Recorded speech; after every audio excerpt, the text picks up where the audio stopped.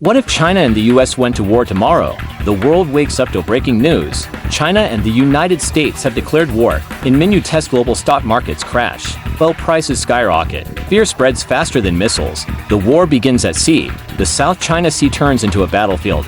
US aircraft carriers face off against Chinese warships. Both sides suffer losses. Cyber war breaks out instantly. Banks freeze. Satellites go offline. Power grids fail. Social media goes dark. In the skies, fighter jets roar. Spy drones are shot down. China enforces a no-fly zone over Taiwan. The US responds by sending more troops to allies. Japan, South Korea, Australia, AFNAPIP calls an emergency meeting. But Europe hesitates. They don't want a world war. Not again. Beijing threatens to take Taiwan by force. Washington warns of consequences. World leaders try to negotiate, but diplomacy is failing. Then comes the blockade. China blocks key shipping lanes. America responds with sanctions. Global trade freezes. Food and medicine supplies slow down. Riots start in major cities, not in China or the US, but around the world. People can't get fuel. Food prices double. The poor suffer first. China strikes US military bases in Guam and Okinawa. US strikes back at Chinese missile bases. The escalation is real. Now, it's no longer just a standoff. Taiwan becomes the center of the war. Civilians hide in bunkers. Air raid sirens scream. The island becomes a war zone. Thousands flee. Boats overloaded. Refugees flood Southeast Asia. Nuclear submarines are deployed. China warns, do not cross the red line. The US replies, we are ready for anything. Tensions rise to the edge of nuclear war. North Korea fires a missile in support of China. South Korea is forced to act. Now it's a multi-front war. Russia sides with China. India stays neutral. The world splits in two. Hackers take down hospitals. Banks collapse. Planes are grounded. Every country starts choosing sides. World War III becomes real. But then something unexpected happens. Mass protests rise in Beijing and Washington. People say, no more war. We want peace. Millions fill the streets. Leaders are pressured. Finally, a ceasefire is signed. But the damage is done. Trillions lost. Tens of thousands dead. The world changed forever. All because the superpowers went to war for one day. So now ask yourself, what if it really happens tomorrow?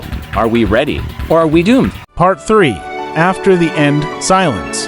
Ash, ruins. The cities are gone. The sky is dark. And the survivors, few. Those who lived now struggle. No countries. No leaders. No nations. Only people. Old enemies now dig side by side, looking for food, looking for clean water, looking for hope. Technology is useless. The internet is dead. Satellites are dust. What matters now is fire, shelter, seeds. The earth is wounded, burned, broken, but not dead. In the shadows, small communities form. Old languages fade. New ones are born. Kids grow up, not knowing flags or borders or war. They know stories, whispers, warnings. One child asks, why did the world end? And the answer is because they couldn't share it. Years pass. Forests return. The oceans heal. Skies slowly clear. Nature survives. Humans adapt. They learn again how to farm, how to build, how to forgive. And one day, someone finds an old recording. A voice says, this is the United Nations emergency broadcast. The last echo of a world that once was.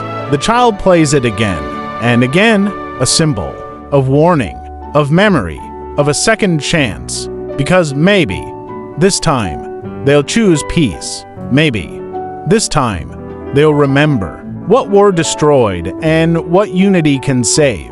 What if China and the US went to war tomorrow? Part 4. 100 years later, the year is 2125. 100 years after the fire, after the fall. The war that ended the old world is now legend, told in whispers, written in stone, taught to every child. The scars are still here, ruins buried under forests, skulls beneath green fields, cities lost to silence. But life returned. A new generation rose, without greed, without nations, without war. They built not for power but for peace. They no longer call themselves American, Chinese, Russian, or European. They call themselves Earthborn. No flags, no borders, only planet, only people. The world is smaller now, slower, wiser. They grow food in towers. They drink water from the sky. They live in harmony with the earth. Old technology is found. AI, satellites, blueprints. They study it carefully, not to control but to protect. They create a new council, not a government, but a guide. Elders from every region, voices of wisdom. No armies, only agreements. The word war is banned. They remember the fire, the cities that vanished, the leaders who lied, the millions who screamed, and they vow, never again. Each year, on the day of silence, the world stops. No work, no speaking, only memory, to honor the dead, and the lesson, because the world ended once, but it didn't have to. Now, it belongs to those who chose peace over pride, to those who remembered what war forgot, and to you, watching this now, what future will you choose?